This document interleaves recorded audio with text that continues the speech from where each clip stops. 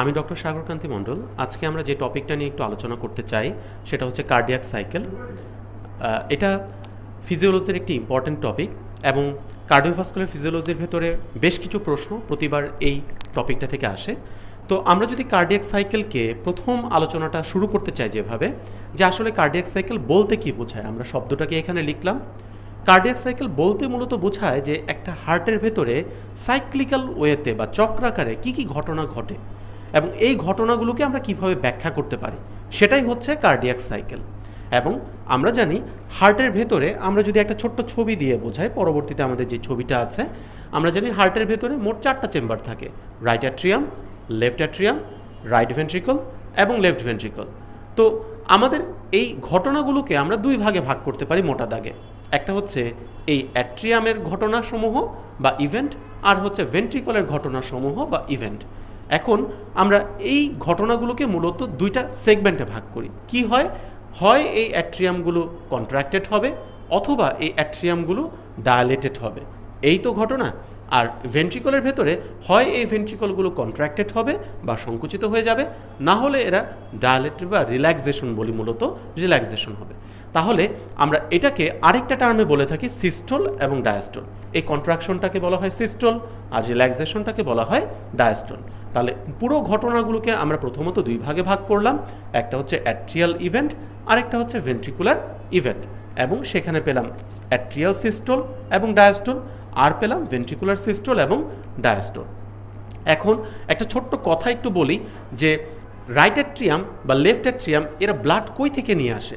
Right অ্যাট্রিয়ামে ব্লাডটা আসে উপর থেকে, আসে সুপিরিয়র ভেনা ক্যাভার মাধ্যমে, এবং নিচ থেকে আসে ইনফেরিয়র ভেনা ক্যাভার মাধ্যমে। এবং এরা সারা দেহের অনেক একটা বড় জায়গা জুড়ে রক্ত নিয়ে এসে তারপর এখানে পৌঁছায়, এবং যার ফলে রাইট অ্যাট্রিয়ামটা আস্তে আস্তে প্রসারিত হয়। তাহলে এই রাইট অ্যাট্রিয়ামের ডায়াস্টোল হওয়ার জন্য সময়টা কি লাগবে, একটু বেশি। ঠিক একইভাবে লেফট অ্যাট্রিয়াম দুই পাশের দুটো ফুসফুস থেকে ব্লাড লেফট অ্যাট্রিয়ামের ভেতর নিয়ে আসে, ফলে তার ভেতর রক্তটা ভর্তি হতে বা ডায়ালেটেশন হতে বা যেটাকে বলা যায় যে ডায়াস্টোল হতে সময় একটু বেশি লাগবে, এবং এই সময়টা লেগে যায় হচ্ছে 0.7 সেকেন্ড। এখন আমরা যদি খেয়াল করি যে এই রাইট অ্যাট্রিয়াম কার কাছে ব্লাড পাঠাচ্ছে, রাইট ভেন্ট্রিকলের কাছে। লেফট অ্যাট্রিয়াম কার কাছে ব্লাড পাঠাচ্ছে, লেফট ভেন্ট্রিকলের কাছে। ফলে তাদের জন্য ডিস্টেন্সটা খুব কম। তাই রাইট অ্যাট্রিয়াম যখন কন্ট্রাক্টেড হয়ে ব্লাডটা রাইট ভেন্ট্রিকলে পাঠাচ্ছে, অথবা লেফট অ্যাট্রিয়ামটা কন্ট্রাক্টেড হয়ে লেফট ভেন্ট্রিকলে পাঠাচ্ছে, তাদের জন্য খুব বেশি বেগ পেতে হচ্ছে না, আর এই সিস্টোলের সময়টা তাই লেগে যায় অনেক অল্প। ঠিক একইভাবে উল্টো ঘটনাটা ঘটে ভেন্ট্রিকলে। ভেন্ট্রিকল যখন ব্লাড পায়, এই ব্লাডটা পায় হচ্ছে রাইট অ্যাট্রিয়াম আর লেফট অ্যাট্রিয়াম থেকে, তার ফলে খুব কাছাকাছি জায়গা থেকে তারা ব্লাড পায়। তাদের ব্লাড দ্বারা ভর্তি হতে খুব কম সময় লাগবে, যতটা লেগেছিল রাইট অ্যাট্রিয়াম আর লেফট অ্যাট্রিয়ামের জন্য, কারণ তারা শরীরের বিভিন্ন বড় বড় জায়গা থেকে ব্লাড নিয়ে এসে তারপর তাদের কাছে জমা হতো। তাহলে বোঝা যায় অ্যাট্রিয়ামের তুলনায় ভেন্ট্রিকলে ব্লাড ভর্তি হতে তুলনামূলকভাবে একটু কম সময় লাগবে। অর্থাৎ ভেন্ট্রিকলের ডায়াস্টোল হতে সময় লাগবে অ্যাট্রিয়ামের ডায়াস্টোলের তুলনায় একটু কম। যেমন ওখানে ছিল 0.7 সেকেন্ড, এখানে হচ্ছে 0.5 সেকেন্ড। এবার ঠিক আরেকটাভাবে আমরা বলতে পারি রাইট ভেন্ট্রিকল ব্লাডটা কার কাছে পাঠায়, পালমোনারি আর্টারির মাধ্যমে ফুসফুসের কাছে। আর অপরদিকে লেফট ভেন্ট্রিকল কার কাছে পাঠায়, অ্যাওর্টার মাধ্যমে শরীরের অন্যান্য বড় বড় জায়গাগুলোতে বা বাকি অংশে।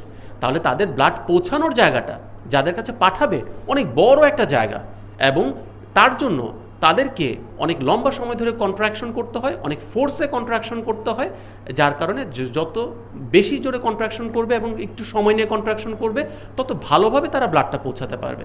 এর জন্য আমরা দেখতে পারি ভেন্ট্রিকুলার সিস্টোলের সময় যে সময়টা লাগে সেটা কিন্তু অ্যাট্রিয়ালের সিস্টোলের চেয়ে একটু হলেও কি বেশি। এবার আমরা ঘটনাগুলোকে একটা একটা করে আলোচনা করি। আমরা আমাদের আলোচনাটা শুরু করতে চাই ভেন্ট্রিকুলার সিস্টোল দিয়ে। তো ভেন্ট্রিকুলার সিস্টোলে কি ঘটে সেটা যদি আমরা একটু খেয়াল করি, আমরা প্রথম ধাপটা যদি চিন্তা করি, রাইট অ্যাট্রিয়াম থেকে রাইট ভেন্ট্রিকলে ব্লাড আসবে, লেফট অ্যাট্রিয়াম থেকে লেফট ভেন্ট্রিকলে ব্লাড আসবে। আমরা হেডিংটাই দিয়ে দিয়েছি যে ভেন্ট্রিকলটা এবার সিস্টোল করবে, অর্থাৎ ভেন্ট্রিকলটা সংকুচিত হবে, এক দিক থেকে ব্লাড যাবে পালমোনারি আর্টারিতে, আরেক দিক থেকে ব্লাড যাবে অ্যাওর্টাতে।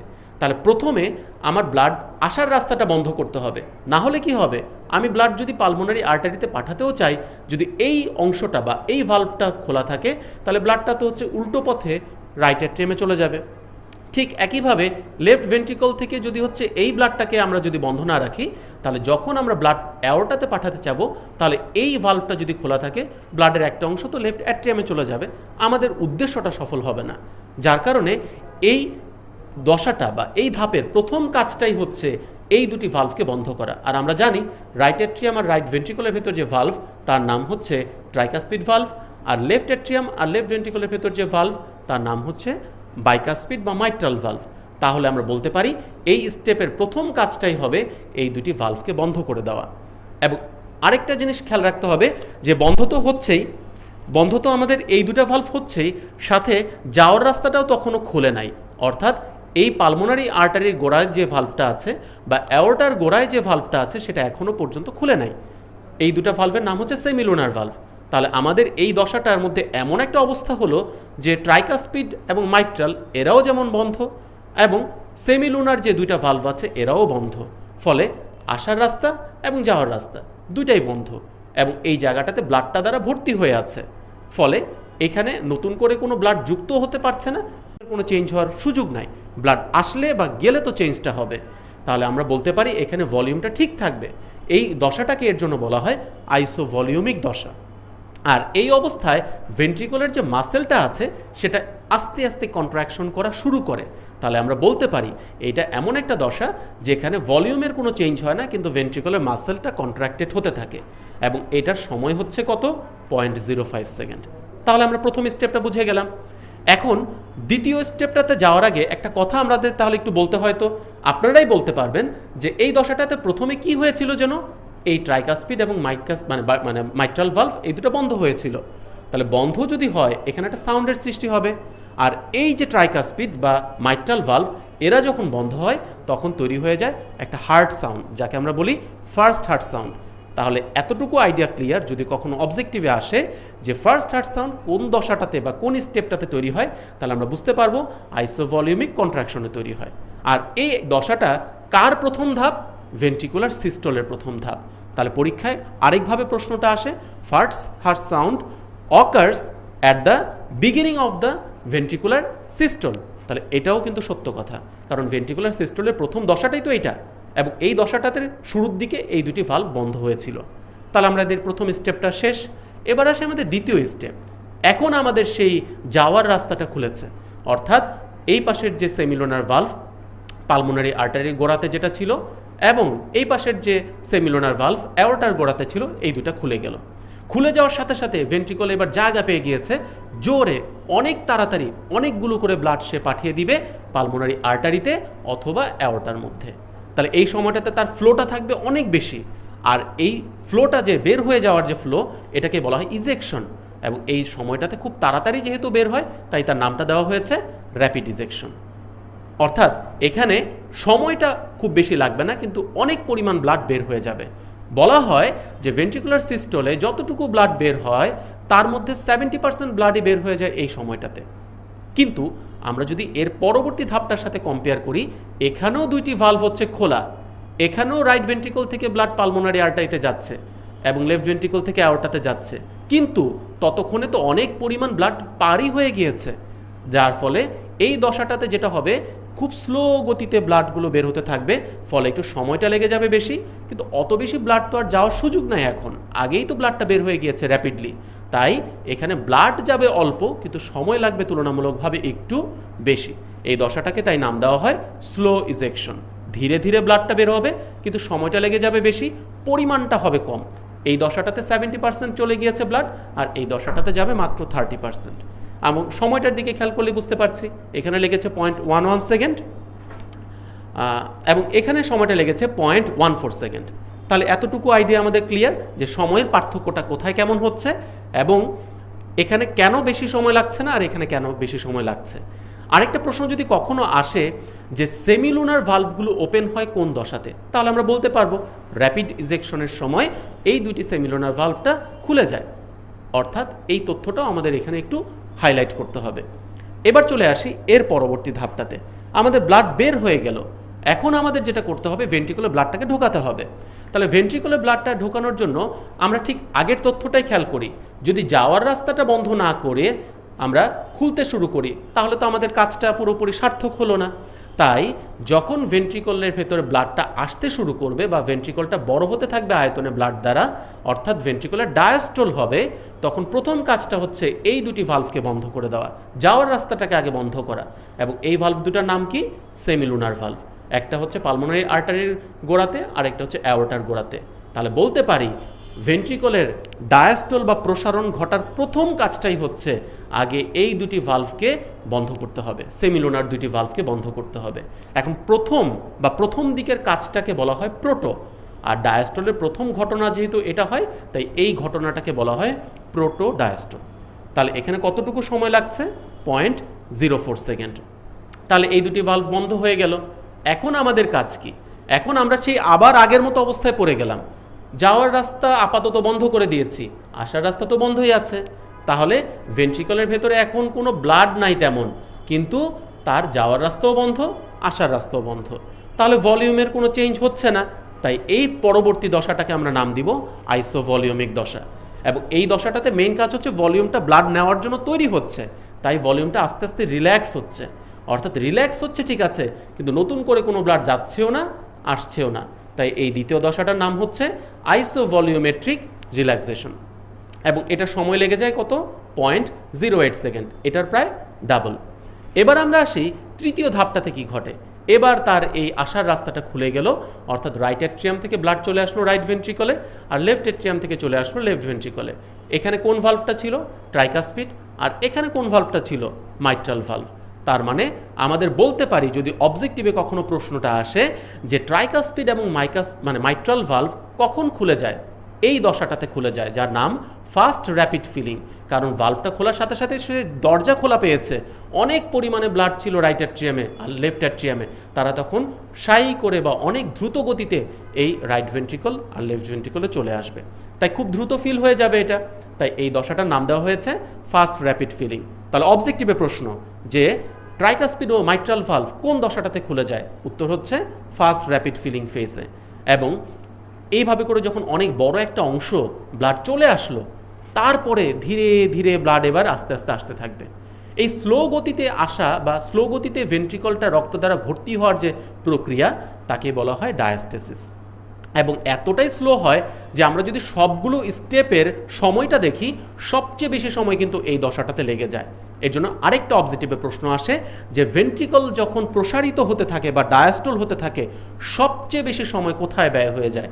ডায়াস্টেসিসে, যখন রক্তটা ধীরে ধীরে ধীরে ধীরে রাইট অ্যাট্রিয়াম আর লেফট অ্যাট্রিয়াম থেকে রাইট ভেন্ট্রিকল আর লেফট ভেন্ট্রিকলে আসছে। তাহলে এবার গিয়ে কি হবে? এবার আরেকটু পরিমাণ জোর দিয়ে কিছু পরিমাণ ব্লাডকে নতুন করে পাঠাবে হচ্ছে রাইট অ্যাট্রিয়াম আর লেফট অ্যাট্রিয়াম। কিভাবে? এতক্ষণ তো ব্লাডটা ধীরে ধীরে আসছিল, এবার রাইট অ্যাট্রিয়ামটা একটা কন্ট্রাকশন করবে আর লেফট অ্যাট্রিয়ামটা একটা কন্ট্রাকশন করবে, যার ফলে আরও অল্প কিছু পরিমাণ ব্লাড রাইট ভেন্ট্রিকলে আর লেফট ভেন্ট্রিকলে আসবে। তাহলে এই যে কন্ট্রাকশন করা, এটাকে কি বলতে পারি আমরা? সিস্টোল।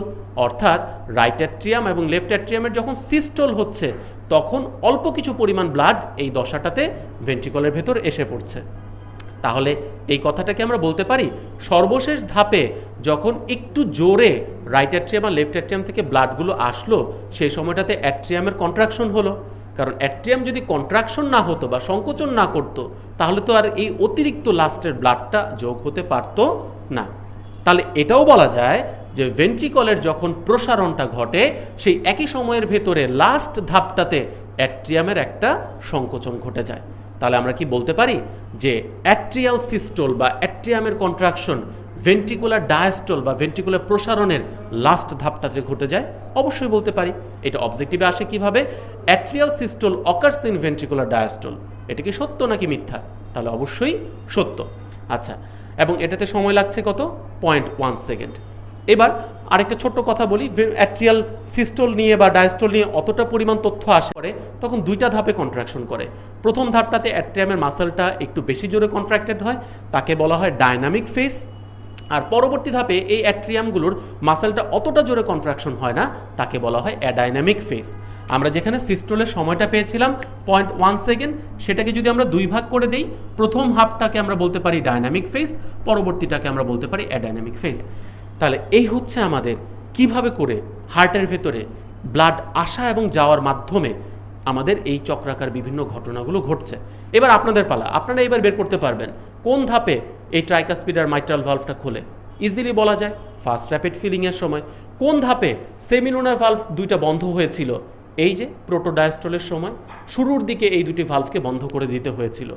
আবার যদি আমরা বলি আগের ছবিটা থেকে যে কোন ধাপে এই সেমিলুনার ভালভ দুটাকে বন্ধ করে দিতে হয়েছিল, অর্থাৎ যখন আমাদের এই ভেন্ট্রিকলটা সংকোচন করা মাত্র শুরু করবে তখন কিন্তু একটু কারেকশন করে দিই, যখন ভেন্ট্রিকলটা সংকোচন হওয়া শুরু করবে তখনই কিন্তু আমাদের এই যে দুটি আসার রাস্তা ছিল অর্থাৎ ট্রাইকাসপিড ও মাইট্রাল ভালভ, এই দুটি ভালভকে বন্ধ করার প্রয়োজন হয়েছিল। তাহলে বলা যায় যে এই ট্রাইকাসপিড ও মাইট্রাল ভালভটাকে বন্ধ করা হয় এই ধাপটাতে অর্থাৎ আইসোভলিউমিক কন্ট্রাকশনের সময়। আর অপরদিকে আমরা পরের ছবিটা থেকে দেখব যে সেমিলুনার ভালভ দুটাকে বন্ধ করা হচ্ছে কোন ধাপটাতে, প্রোটোডায়াস্টলের সময়। তাহলে ফার্স্ট হার্ট সাউন্ড কোথায় হবে, আইসোভলিউমিক কন্ট্রাকশনে এই দুটি ভালভ বন্ধ হচ্ছে। আর অপরদিকে আমাদের এই সেমিলুনার ভালভ দুটি বন্ধ হচ্ছে কোথায়, প্রোটোডায়াস্টলে, অর্থাৎ এই জায়গাতে এসেই যেহেতু দুইটি সেমিলুনার ভালভ বন্ধ হচ্ছে এখানে আমরা সেকেন্ড হার্ট সাউন্ডটা পাবো। তাহলে origin of first heart sound আর সেকেন্ড হার্ট সাউন্ড এই আইডিয়াটাও আমরা ক্লিয়ার হয়ে গেলাম। আমরা পরবর্তীতে এরকম শর্ট করে করে আরও কিছু টপিকের আলোচনা করব। আমাদের আজকের এই বেসিক টপিকটা ছিল যে কোন ধাপটাতে কী ঘটনা ঘটে সেটাকে ব্যাখ্যা করে দেওয়া। আমরা ইন ফিউচার এরকম আরও কিছু সেশন কন্ডাক্ট করার চেষ্টা করব। Thank you.